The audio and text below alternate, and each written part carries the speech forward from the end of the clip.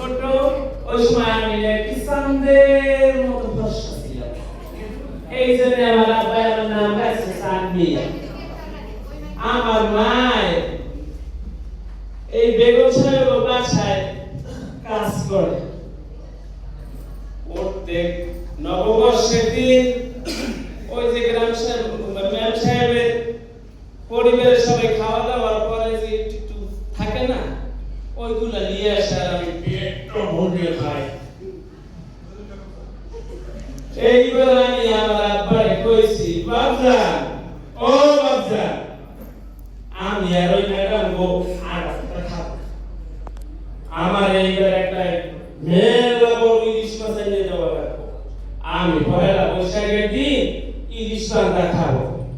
বাপজান আমারে কইলো, শোন সামিয়া, আমরা খুব গরিব মানুষ, আমি রিস্কে চালাইয়া খাই। একটা ইলিশ মাছের মেলা দাম, আমি কেমনে আনবো?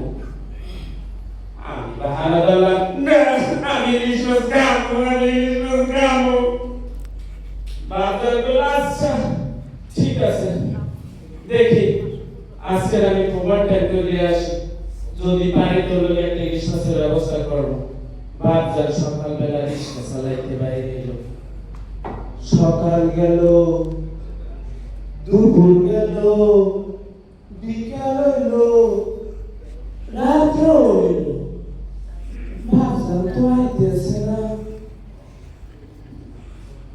কিছুক্ষণ পরে আমার গরিব চাচাই দরজায় গিয়ে টক্কর মারল, এ সামিয়া, ও সামিয়া। আমি দরজা খুললাম পরে চাচা আমার ইলিশ মাছ দিল। আমি বললাম, চাচা আমার বাপজান কই? সামনে দিকে খাইলে দেখি আমার বাপজানকে কয়েকজনে কাঁধে করে লইয়ে যাইতেছে। আমি ভাবছি যে আমার বাপজান অনেক কষ্ট করে মেলা বড় ইলিশ মাছ আনছে, তো এই জন্য মনে হয় সবাই আনন্দে তার মাথায় লিয়ে গেছে।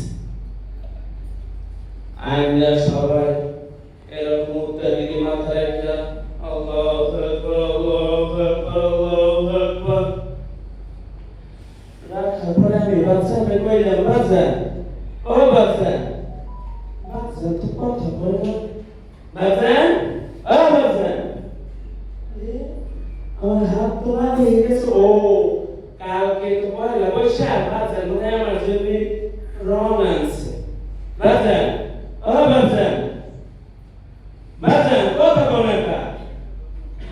ও করিম চাচা, করিম চাচা, বাপজান কথা কই না কা? কথা কই না কা?